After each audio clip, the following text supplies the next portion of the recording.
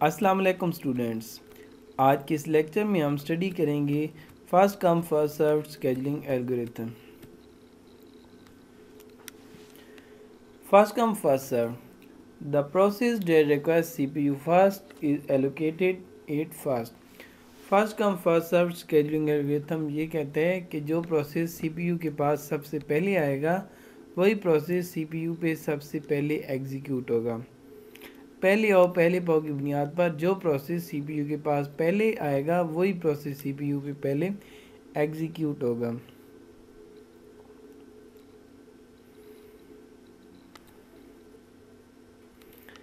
मिसाल के तौर पर अगर हम कहें कि हमारे पास तीन प्रोसेस हैं P1, P2 और P3, तो हम एक टेबल बना लेते हैं जिसमें हम एक साइड पे प्रोसेस लिख लेते हैं और दूसरी साइड पे उन प्रोसेसेस का बर्स्ट टाइम लिख लेते हैं। Burst time, process and burst time. अच्छा, यहाँ पर मैं आपको बताता चलूँ कि बर्स्ट टाइम से क्या मुराद है। बर्स्ट टाइम से मुराद वो टाइम होता है जो कि एक प्रोसेस को इंडिविजुअली सीपीयू पे एग्जीक्यूट होने में लग सकता है, उसे हम कहते हैं बर्स्ट टाइम।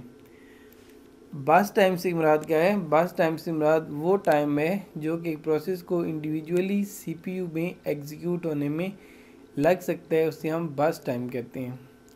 अब मिसाल के तौर पर हमारे पास तीन प्रोसेस हैं। प्रोसेस P1 जिसका बर्स्ट टाइम है 24, यानी कि प्रोसेस P1 को कंप्लीट होने में 24 मिलीसेकंड लग सकते हैं। इसी तरह अगर हमारे पास एक और प्रोसेस है P2 जिसका बर्स्ट टाइम है 3, तो इसका मतलब ये होगा कि प्रोसेस P2 को सीपीयू पे इंडिविजुअली अगर ये एग्जीक्यूट हो, यानी कि और कोई भी प्रोसेस एग्जीक्यूट ना हो रहा हो और सिर्फ P2 ही सीपीयू पे एग्जीक्यूट हो रहा हो, तो P2 को 3 मिलीसेकंड लग सकते हैं। इसी तरह अगर हम बात करें P3 की, तो P3 का बर्स्ट टाइम मिसाल के तौर पर भी हम 3 ही ले लेते हैं, तो इसका मतलब ये होगा कि P3 को सीपीयू पे एग्जीक्यूट होने में जो मैक्सिमम टाइम लग सकता है वो 3 मिलीसेकंड लग सकते हैं। अब हमारे पास तीन प्रोसेस हैं P1, P2 और P3, और मिसाल के तौर पर इन प्रोसेस का कुछ सीक्वेंस इस तरह से है कि सीपीयू पे सबसे पहले P1 आया, P1 के बाद सीपीयू पे P2 इराइव हुआ, और P2 के बाद अगर हम मिसाल के तौर पर कहते हैं कि P3 सीपीयू पे इराइव हुआ। यानी कि हम कह रहे हैं कि सीक्वेंस कुछ इस तरह से अगर हो कि पहले P1 हो, दूसरे नंबर पे P2 और तीसरे नंबर पर P3 इराइव हो, तो इसका जैंट चार्ट कुछ इस तरह से बनेगा कि मिसाल के तौर पर यहाँ पर हम जैंट चार्ट बना लेते हैं। जैंट चार्ट की मदद से हम शो करते हैं कि किस तरह से प्रोसेस सीपीयू पे एग्जीक्यूट होंगे। अब देखें P1 अब देखें P1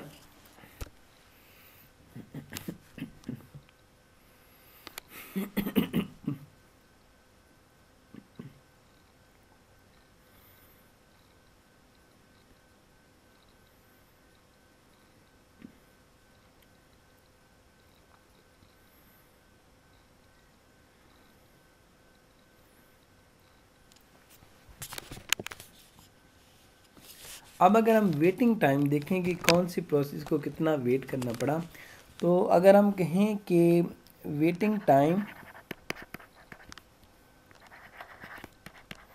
time for process 1 is equal to, process 1 को कितना वेट करना पड़ा? प्रोसेस 1 को 0 वेट करना पड़ा, यानी कि प्रोसेस 1 को कोई भी वेट नहीं करना पड़ा। इसी तरह अगर हम बात करें P2 की, तो P2 को कितना वेट करना पड़ा? 24 millisecond. Waiting time for P2 is equal to 24 millisecond. P2 को 24 मिलीसेकंड वेट करना पड़ा। और अगर हम P3 की बात करें तो P3 को कितना वेट करना पड़ा? P3 को 27 मिलीसेकंड वेट करना पड़ा। Waiting time for P3 is equal to 27। ये तो हो गया जी वेटिंग टाइम। अब अगर हम एवरेज वेटिंग टाइम फाइंड करें, तो एवरेज वेटिंग टाइम हम कैसे फाइंड करेंगे? एवरेज वेटिंग टाइम का फार्मूला हम लगाएंगे। हम कहेंगे कि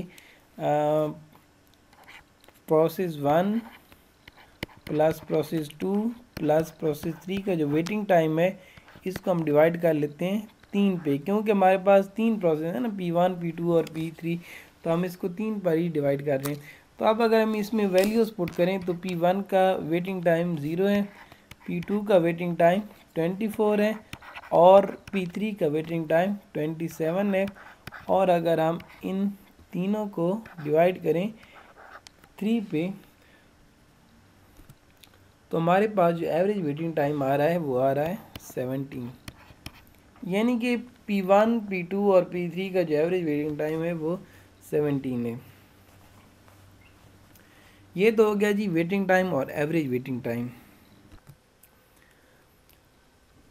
अच्छा, अब हम टर्न अराउंड टाइम फाइंड करते हैं। Turn around time, turn around time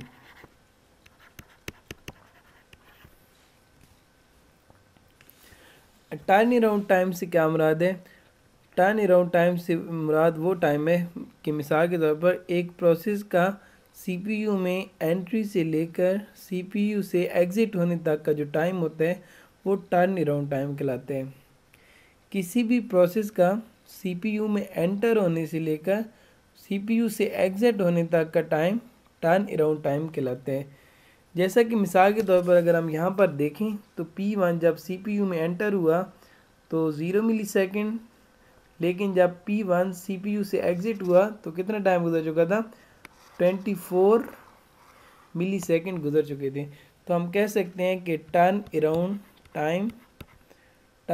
time for process 1 is equal to 24।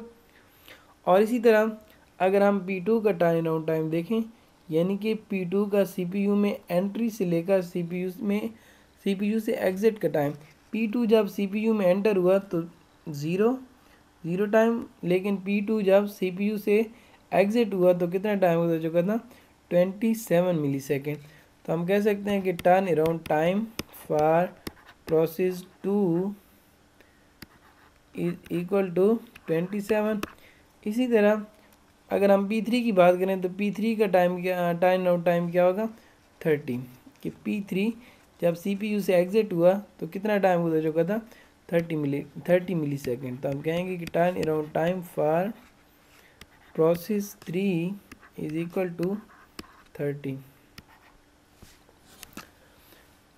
अब अगर हम average turn around time find करना चाहें, एवरेज टर्न अराउंड टाइम, तो एवरेज टर्न अराउंड टाइम क्या आएगा जी?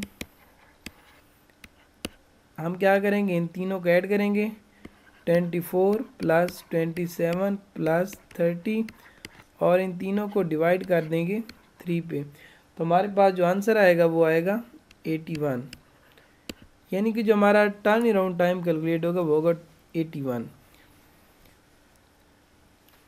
तो ये जी था वेटिंग टाइम फाइंड करने का तरीका और टर्न अराउंड टाइम फाइंड करने का तरीका।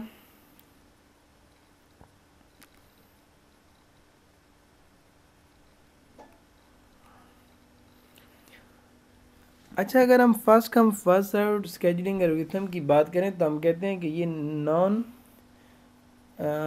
कि ये first come first served algorithm non pre-emptive है। नॉन प्रीएम्प्टिव से मुराद क्या है कि ये प्रायोरिटी बेस्ड नहीं है, कि जो प्रोसेस CPU पे एग्जीक्यूट हो रहा होता है चाहे उसकी प्रायोरिटी कम है या उसकी प्रायोरिटी ज़्यादा है वो CPU पे एग्जीक्यूट होता रहेगा। आपको याद होगा कि हमने कहा था कि एक होता है प्रीएम्प्टिव स्केड्यूलिंग एल्गोरिथम और एक होता है नॉन प्रीएम्प्टिव स्केड्यूलिंग एल्गोरिथम। और नॉन प्रीएम्प्टिव स्केड्यूलिंग एल्गोरिथम में हमने यही कहा था कि अगर एक प्रोसेस एग्जीक्यूट हो रहा है तो CPU पे उस वक्त तक एग्जीक्यूट होता रहेगा जब तक कि वो अपनी एग्जीक्यूशन फिनिश नहीं कर लेता। जब तक एक प्रोसेस अपनी एग्जीक्यूशन CPU पे फिनिश नहीं करता उस वक्त तक कोई भी प्रोसेस चाहे उसकी प्रायोरिटी जितनी भी हो वो पहले वाले प्रोसेस की एग्जीक्यूशन को स्टॉप नहीं कर सकता। और यहाँ अगर हम फर्स्ट कम फर्स्ट सर्व्ड में देखें तो ऐसे ही है। जिस तरह ये देखें P1 जब CPU पे अराइव हुआ और जब CPU पे एग्जीक्यूट हो रहा था तो P1 ने जब अपनी एग्जीक्यूशन कंप्लीट कर ली तो तभी P2 की बारी आई, और P2 ने भी जब अपनी एग्जीक्यूशन पूरी की पूरी कंप्लीट कर ली तो तभी P3 की बारी आई। तो इसलिए हम कह रहे हैं कि first come first served algorithm एक नॉन प्रीएम्प्टिव स्केजुलिंग एल्गोरिथम है।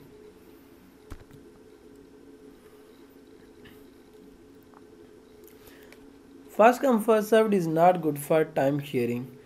और हम कहते हैं कि ये जो first come first served scheduling algorithm है ये टाइम शेयरिंग सिस्टम्स के लिए बेहतर नहीं है, क्योंकि टाइम शेयरिंग में तो हम ऐसे करते हैं ना कि जितने भी प्रोसेस होते हैं हम उन सारे प्रोसेस के दरमियान टाइम डिवाइड करके, टाइम शेयर करके हम सारे प्रोसेस को एट द सेम टाइम इकट्ठा एग्जीक्यूट करने की कोशिश करते हैं। लेकिन फर्स्ट कम फर्स्ट सर्व्ड में ऐसा कुछ नहीं है। जो प्रोसेस एग्जीक्यूट हो रहा होता है, जिस तरह कि P1 एग्जीक्यूट हो रहा है, जो प्रोसेस एग्जीक्यूट हो रहा होता है, जब तक वो अपनी एग्जीक्यूशन फिनिश नहीं करता वो प्रोसेस एग्जीक्यूट होता रहता है, और वो प्रोसेस अपना टाइम किसी और प्रोसेस के साथ शेयर करना पसंद नहीं करता। जिस तरह ये P1 एग्जीक्यूट हो रहा है लेकिन ये P2 और P3 के साथ टाइम शेयर करना पसंद नहीं कर रहा। P1 कह रहा है कि जब मैं पूरे का पूरा एग्जीक्यूट हो जाऊंगा तो तभी मैं P2 को बारी दूंगा। इसलिए हम कह रहे हैं कि ये first come first served scheduling algorithm है, ये टाइम शेयरिंग सिस्टम्स के लिए सूटेबल नहीं है। First come first served is not good for time sharing.